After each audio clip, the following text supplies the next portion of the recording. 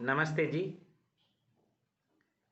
स्वास्थ्य चर्चा के इस कार्यक्रम में आप सभी का हार्दिक स्वागत है। आज हम चर्चा करेंगे कॉन्स्टिपेशन पर, अर्थात मलावरोध, कोष्ठबद्धता या कब्ज के नाम से इसे जानते हैं। सज्जनों, संसार की सबसे अधिक आबादी इस रोग से पीड़ित है और कहते हैं constipation is the root causes of all disease. कब्ज सब रोगों की माँ की भी माँ है, नानी है, अर्थात सारे रोगों को जन्म देने वाली ये कब्ज ही है। सज्जनों, दवा ले करके, औषधियाँ ले करके हम प्रयास करते हैं इसको ठीक करने की, लेकिन हम इसकी जड़ को नहीं काटते हैं। दवा केवल उसी प्रकार से है जैसे कि गंदगी डस्टबिन में पड़ी है और हमने उसको ढक दिया, साफ नहीं किया, तो वो गंदगी ज़्यादा गंदगी फैलाएगी, उसमें और ज़्यादा भयंकर दुर्गंध आएगी। ऐसे ही प्रकृति में एक बहुत सुंदर व्यवस्था है। हमारे शरीर की जो रचना है उसमें भी एक व्यवस्था है। सारी इस कायनात में नियम है, ये सब नियम के अनुसार चलता है। नियम भंग करता है तो केवल इंसान करता है इस पूरी सृष्टि के अंदर। बाकी सभी इकाइयाँ, चाहे वो पदार्थ अवस्था है, चाहे वो वनस्पति अवस्था है, चाहे वो जीव अवस्था है, सभी अपने आचरण के अनुसार ही व्यवहार करते हैं। सज्जनों, मनुष्य की दिनचर्या, आहार, विचार, रहन सहन सब विकृत हो गई है और उसका प्रभाव सीधा पड़ता है हमारे पाचन संस्थान पर। और हमारे पाचन संस्थान की विकृति के कारण सारे रोग उत्पन्न होते हैं। लगभग सारे रोग इसी के विकृत होने से होते हैं।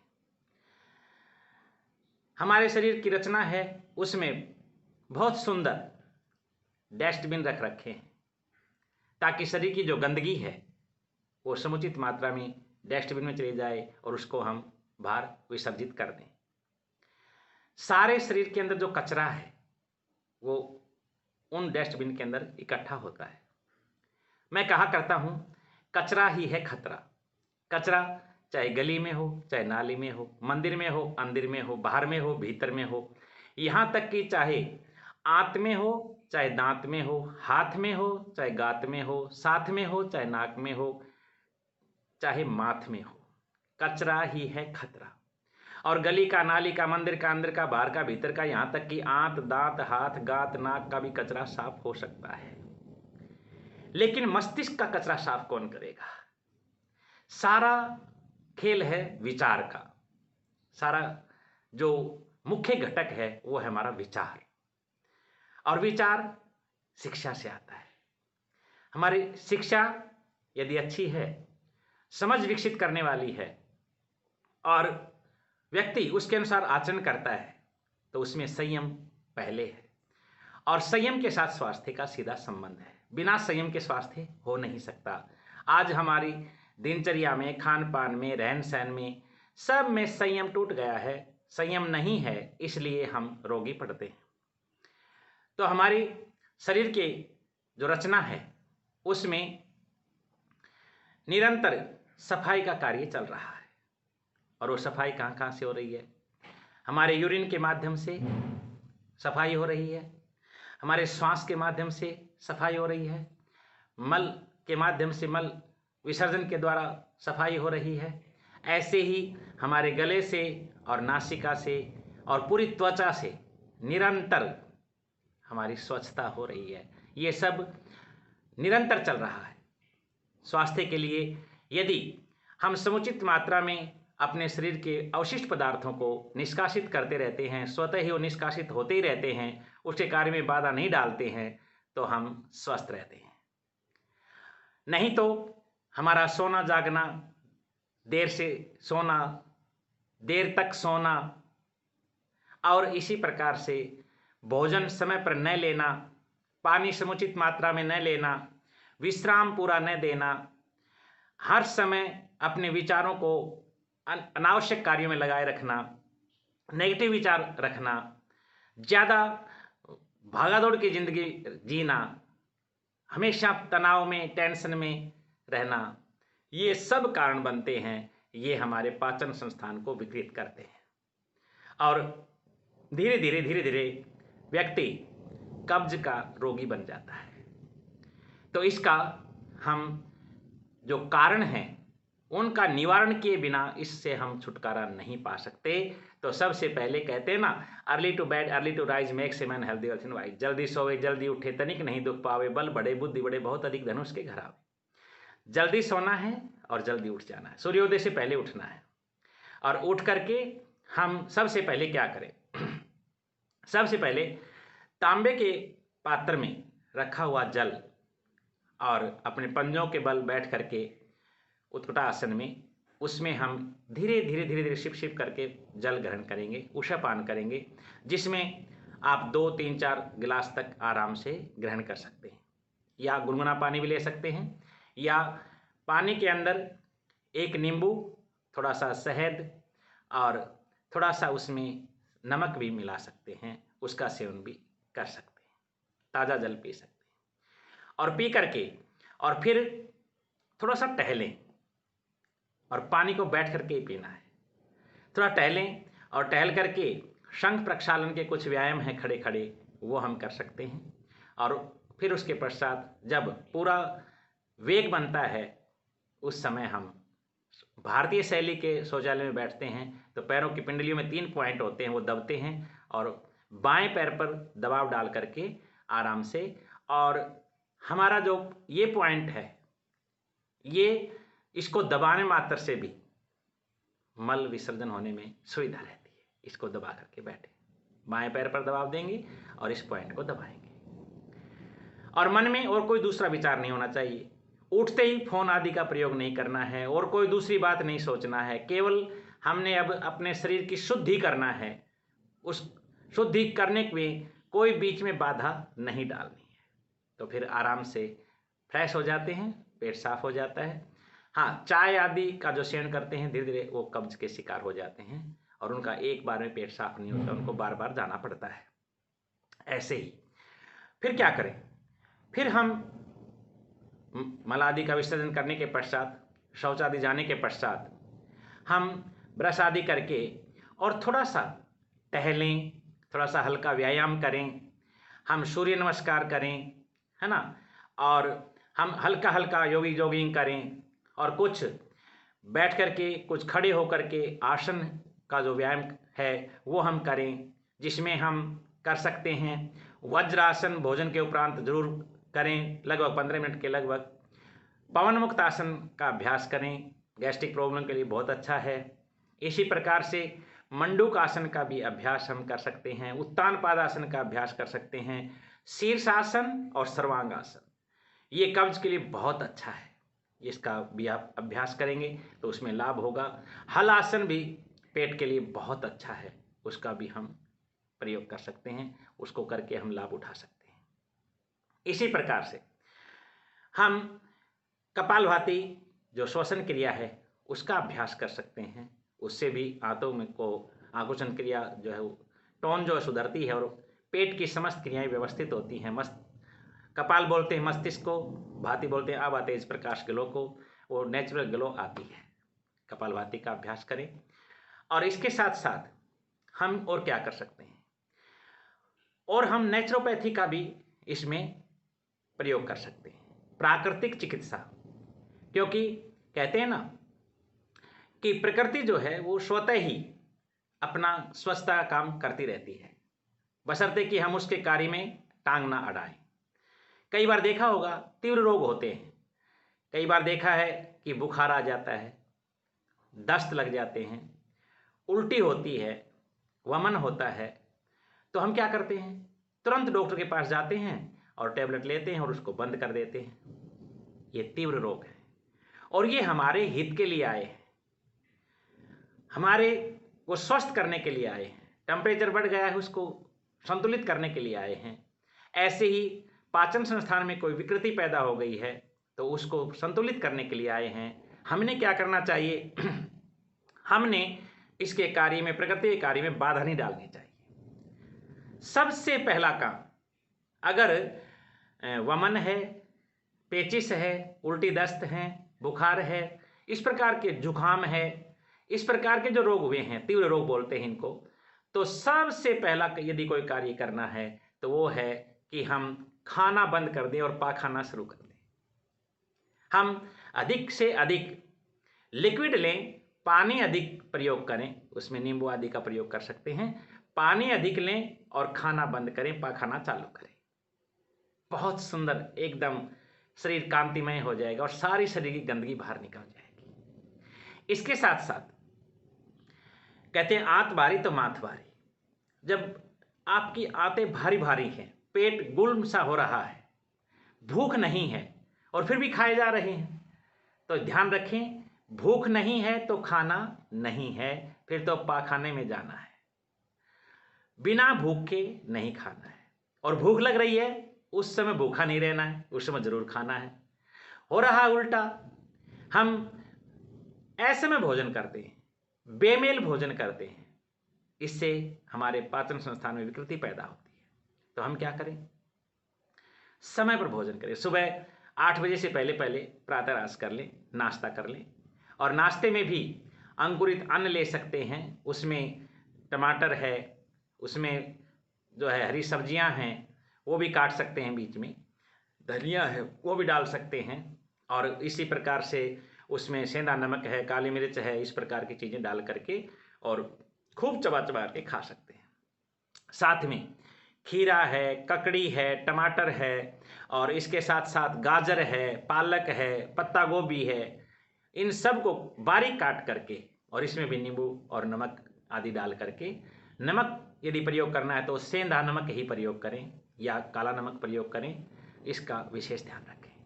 तो ये हम सलाद के रूप में ले सकते हैं, और फल फ्रूट ले सकते हैं, रसाहार ले सकते हैं। गर्मी के मौसम में हम फलाहार में तरबूज है, खरबूजा है, ये मौसमी है, संतरा है, किन्नू है, इनका अधिक प्रयोग कर सकते हैं। नारियल पानी है या कोई भी जूस है उसका प्रयोग कर सकते हैं। और इसी प्रकार से बेल शरबत बहुत ज़बरदस्त चीज़ है। बेल का गुद्दा जो है वो खा सकते हैं। बेल पेट के लिए बहुत ज़बरदस्त औषधि है। इसी प्रकार से हम प्राकृतिक चिकित्सा में क्या कर सकते हैं कि हम पेट के ऊपर प्रातःकाल शौचादि से निवृत्त होकर के पेट के ऊपर लगभग 6 इंच चौड़ी और 9-10 इंच लंबी एक ट्रे के अंदर कपड़ा, सूती कपड़ा बिछा करके और उसमें रात को भीगी हुई मिट्टी की तय करके, लगभग 1-1.5 इंच मिट्टी की मोटी तय करके कपड़े पर रख देते हैं, और उस ट्रे को पेट के ऊपर मिट्टी को पेट से संपर्क में आने देते हैं। ऐसे रख करके लगभग 20 मिनट से आधा घंटे तक ऐसा हम कर सकते हैं। इससे भी आंतों को बल मिलता है और मलावरोध ठीक होता है। इसके मिट्टी के अभाव में सूती कपड़ा भी हम ठंडे पानी से रख सकते हैं, और ठंडा गर्म से भी हम सेक कर सकते हैं। एक बार गर्म, एक बार ठंडा, एक बार गर्म, एक बार ठंडा, ऐसे भी हम आंतों को जो है सिकाई कर सकते हैं। उससे भी एक बार आंतों का आकुंचन होगा, एक बार फैलाव होगा, तो उससे भी मलावरोध जो है वो छूट जाता है। इसके साथ साथ प्रसन्न रहना सीखें, खुश रहना सीखें, हमेशा पॉजिटिव रहें। खुश होकर के दूसरों की खुशी के लिए जो काम करता है उसको खुशी मिलती ही है, इसलिए हमेशा प्रसन्न रहें। खुश रहने वाला, कहते हैं ना, 100 रोगों की एक दवाई, खुलकर हंसना मेरे भाई। तो प्रातःकाल हम दलिया है, छाछ है, दही है, इस प्रकार से कुछ खिचड़ी है, हल्का जो है लेकिन भरपूर मात्रा में स्वादिष्ट व्यंजन प्रातःकाल करने चाहिए। प्रातःकाल का भोजन राजकुमार की तरह से होना चाहिए नाश्ते में, और दोपहर का भोजन जो है वो जमींदार की तरह से होना चाहिए, और रात्रि का भोजन है वो बहुत सहज होना चाहिए। एक सामान्य व्यक्ति जो भोजन प्राप्त करता है उसी प्रकार से थोड़ा सा संतुलित तो हो, लेकिन वो ज़्यादा गरिष्ठ नहीं होना चाहिए, ज़्यादा तेलीय नहीं होना चाहिए। घी मक्खन मलाई रात को नहीं खाते हैं, वो प्रातःकाल खाने का है, खूब खाइए। तो ध्यान दें, लोग क्या करते हैं, सुबह चलते हैं भैंस की तरह से और इसके साथ ही सुबह भैंस की तरह से चलो भाई, लेकिन परिश्रम भी करना पड़ेगा, पुरुषार्थ भी करना पड़ेगा साथ साथ में। अगर आप परिश्रम नहीं कर रहे हैं, पुरुषार्थ नहीं कर रहे हैं, तो आपका वो खाया पिया जो है वो आपके लिए सड़न पैदा करेगा और कोष्ठबद्धता का कारण बन जाएगा। इसी प्रकार से और क्या क्या कर सकते हैं, और हम इसी में ध्यान देने योग्य बात है कि दोपहर सायंकाल समय पर भोजन करने का प्रयास करें और खूब चबा चबा करके भोजन करें और खूब उसको लिक्विड बना करके ही हम दें, क्योंकि दांतों का जो काम है वो आंतों से नहीं लेना चाहिए, इसका हम विशेष ध्यान रखेंगे। तो चबा करके भोजन करें, बैठ करके भोजन करें, भैंस की तरह से खड़े खड़े नहीं चरना है, बैठ करके भोजन करें। ये जो बफे पार्टी है, रात को देर तक भोजन करना है, ये शरीर के साथ अत्याचार करना है। और बहुत सारा बेमेल भोजन कर लेते हैं, वो दूध के साथ अचार भी ले रहे हैं, दूध के साथ नमक भी खा रहे हैं, इसी प्रकार से खीरा और खीर का कोई मेल नहीं, उसी को वो साथ में खा रहे हैं। इसी प्रकार से छाछ भी ले लिया है, अभी दही बल्ले भी खाए हैं और उधर से दूध भी पी रहे हैं, उधर से ये सब कई दिन तक बीमार होने का कार्यक्रम बना लेते हैं। तो इसलिए ध्यान रखें कि हम सब विशेष रूप से बेमेल भोजन ना करें। कोई भी खीरा है, ककड़ी है और इस तरबूज है, खरबूजा है, इस प्रकार के जो फल खाए हैं और कोई सब्जियां खाई हैं तो उसके साथ दूध का सेवन ना करें और कोई भी लिक्विड पदार्थ इनके ऊपर ना लें। इस प्रकार से खाने पीने का ध्यान रखें। और ज़्यादा कोई प्रॉब्लम है तो इसमें हम क्या ध्यान रखेंगे कि इसमें फिर एनिमा भी लिया जा सकता है। एनिमा पॉट आप देख रहे हैं सामने रखा हुआ है, इस प्रकार से बना लेते हैं और घर पर भी बनाया जा सकता है और रेडीमेड भी मिलता है। तो उसमें एनिमा पॉट से जो है हम सहायता ले सकते हैं, एनिमा ले सकते हैं, वो भी मलावरोध को ठीक करता है। साथ में देसी गाय का जो दूध है वो गुड़ के साथ लें, शक्कर के साथ लें तो वो भी मलावरोध को ठीक करता है।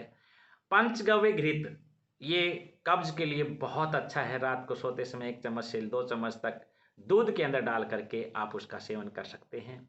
इसके साथ साथ ये सब देसी नुस्खे हैं, घर में ही सब कर सकते हैं, एक विधि है उसका लेने का। ऐसे ही रात्रि को सोने से पहले हम त्रिफले का प्रयोग कर सकते हैं। त्रिफला बहुत अच्छा काम करता है, तो 1 चम्मच जो है त्रिफला गुनगुने पानी के साथ उसका सेवन करके हम सो सकते हैं। प्रातःकाल पेट ठीक प्रकार से हमारा साफ होगा। और क्या कर दें, और इसमें एलोवेरा जूस है, एलोवेरा और आंवला जूस है, दोनों को मिक्स करके ले सकते हैं, ये भी बहुत लाभदायक है। इसके साथ साथ प्रातःकाल खाली पेट यदि 2 संतरे, मीठे संतरे हम प्रयोग करते हैं तो उससे भी हमारा पेट साफ होता है। हरड़ बहुत अच्छी काम करती है इसमें।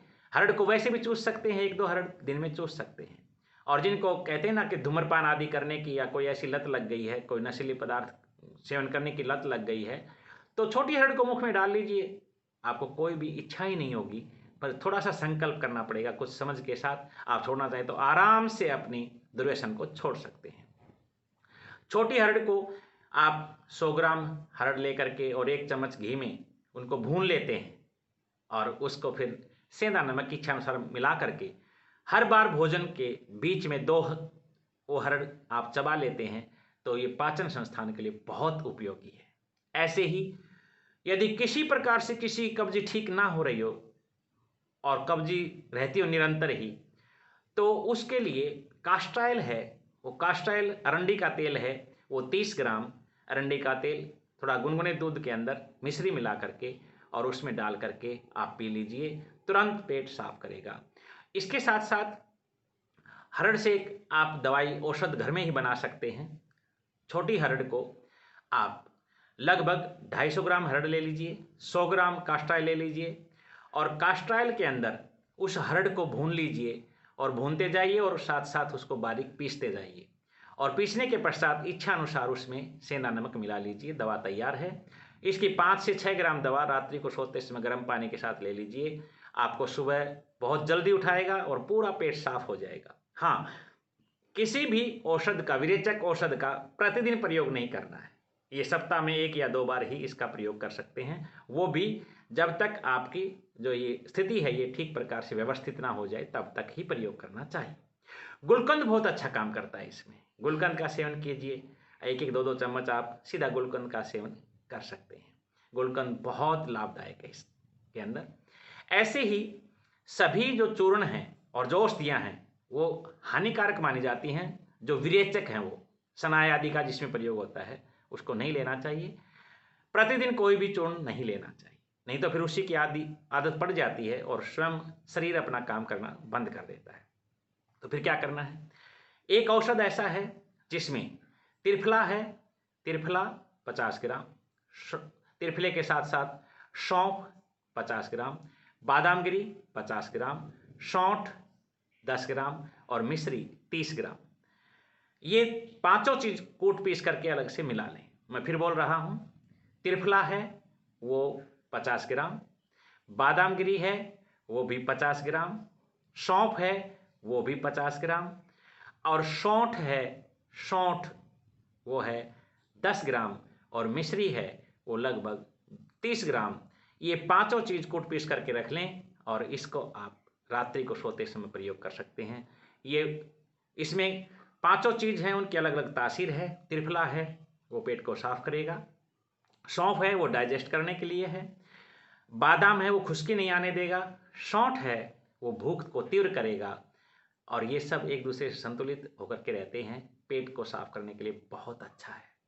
इसी प्रकार से इंद्रायण है, गडुम्बा जिसे बोलते हैं, जो ब्राह्नी क्षेत्र में होता है, टीलों के अंदर होता है, वो भी कब्ज के लिए बहुत जबरदस्त औषध है। उसका प्रयोग कैसे करें, पीले गडुम्बे को या थोड़ा सा पका पका सा हो जाता है, हरा नहीं होना चाहिए, कच्चा नहीं होना चाहिए, तो उसको हम ले करके छोटे छोटे पीस काट करके और मृतबान में या किसी बोतल आदि में, शीशे की बोतल में या मिट्टी के बर्तन में उसको डाल देते हैं और डाल करके उसको पूरा भरने के उपरांत जितना उसमें चीनी समा सकती है उतनी चीनी को डालें।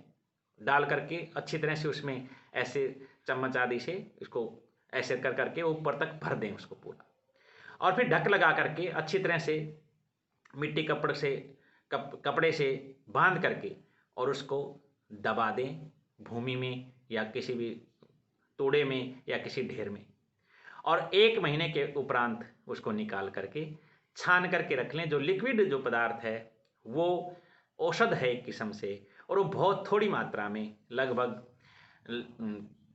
5 ग्राम के लगभग, है ना, आधा तोला के लगभग उस औषध का रात्रि को पानी के साथ सेवन कर लें। सुबह वो बहुत जल्दी उठाएगा, ज़्यादा नहीं लेना है, नहीं तो वो नुकसान कर देता है, इस बात का भी ध्यान रखेंगे।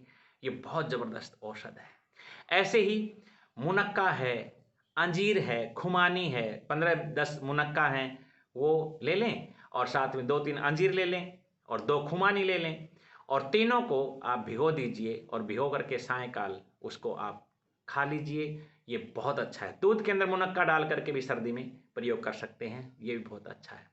ऐसे ही दही है, 1 कटोरी दही और अजवाइन, 1 कटोरी दही में थोड़ी सी 1 चम्मच अजवाइन डाल करके और आप उसको मिला करके खा लीजिए।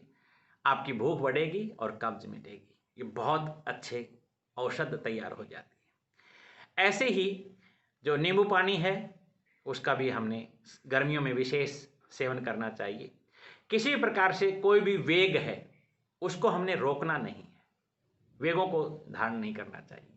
चाहे वो जम्बाई आ रही है, छींक आ रही है, उबासी आ रही है, अश्रु आ रहे हैं, अपान वायु निष्कासित हो रही है, मल का वेग है, मूत्र का वेग है, इनको कभी भी रोकना नहीं है। इस प्रकार से हम चोकर युक्त आटे का प्रयोग करें या मिक्स आटे का प्रयोग कर सकते हैं, जिसमें गेहूं है, चना है, जौ है, जवार है और मकई है।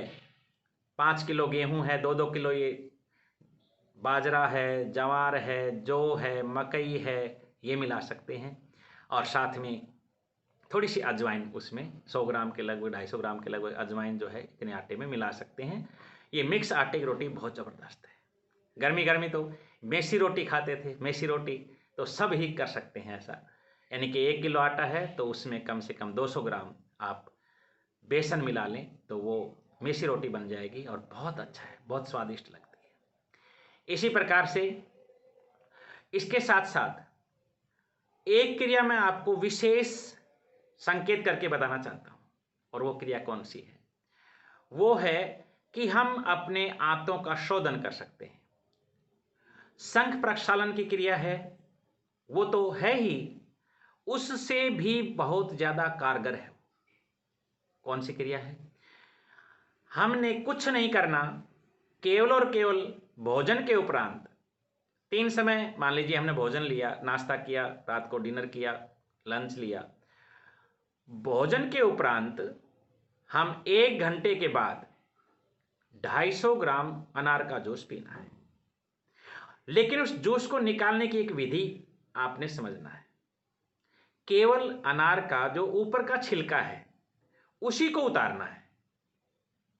बीच में जो पैकिंग है, बीज जिसमें सफेद सफेद जो झिल्ली है, उसको अनार के बीजों के साथ ही रहने देना है, साथ ही उसको जूस निकालना है। और जूस निकालते ही बिना कुछ डाले, और वो 250 ग्राम के लगभग बैठ करके आराम से सिप सिप करके पीना है, तीनों समय। आप देखेंगे 1-2 दिन के बाद ही आंतों से बिल्कुल काला काला पदार्थ, यहां तक कि कोलतार जैसा भी पदार्थ निकलता है, जो शंख प्रक्षालन भी जिस क्रिया में पूरी तरह से वो सफाई नहीं कर पाता, उसमें ये अनार का जूस काम करता है।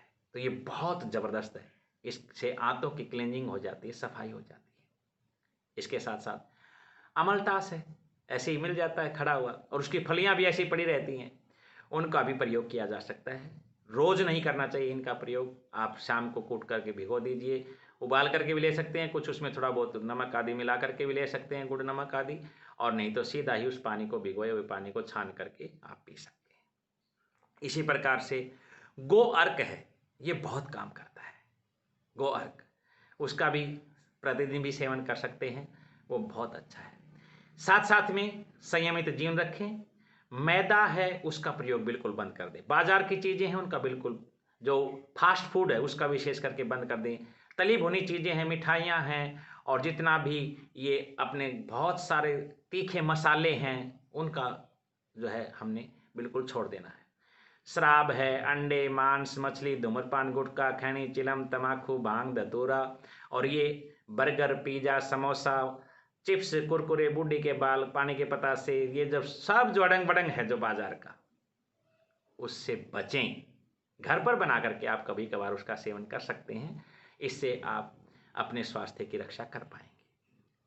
इसके साथ साथ हम सब ध्यान देंगे कि जो हम जितना जितना सहज रहेंगे, शारीरिक श्रम करेंगे, ठीक समय पर सोना, ठीक समय पर जागना, कहते हैं ना, जो जल्दी उठ जाएगा, उठ करके माता पिता गुरुजनों से आशीर्वाद पाएगा, ताज़ा जल पीकर दूर घूमने जाएगा, दातुन करता आएगा, कसरत का नियम निभाएगा, ताज़ा जल से नहाएगा, प्रभु के गुण गाएगा, भूख रख कर खाएगा, कोई रोग पास नहीं आएगा, ये 8 नियम निभाएगा, कोई रोग पास नहीं आएगा। यदि भूल चूक से आएगा तो मुंह फुड़वा कर जाएगा।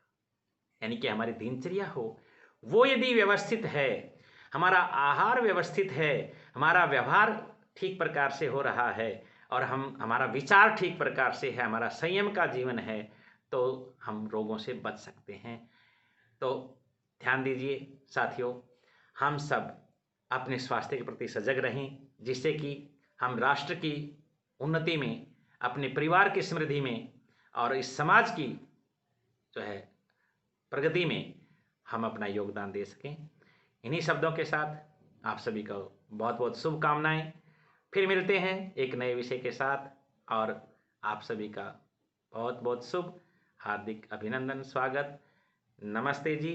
जीवन में रहो हंसते हंसते जी, चलो भलाई के रास्ते जी, सबके दिल में जाओ बसते जी, कट जाएंगे रास्ते हंसते हंसते जी। बहुत बहुत धन्यवाद, बहुत बहुत शुभ। ओम शांति।